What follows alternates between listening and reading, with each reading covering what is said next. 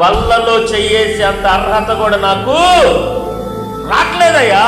కొంతమంది బల్ల తీసుకుంటే అంటారు, బల్లలో చేయంత అర్హత మనకి నెలకోసారి ఎందుకు తీసుకుంటారు, వారానికి ఒకసారి తీసుకునే దమ్ము లేక.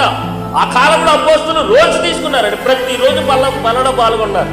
ఇవాళ రేపు నెలకోసారి తీసుకుంటున్నారు, సంవత్సరానికి ఒకసారి తీసుకున్నారు. ఎందుకు?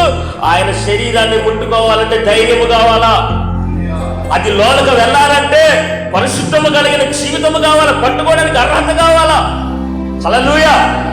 ఆయన శరీరాన్ని తాకడానికి అర్హత కావాలి. అది ఉన్నట్లా చాలా మందికి.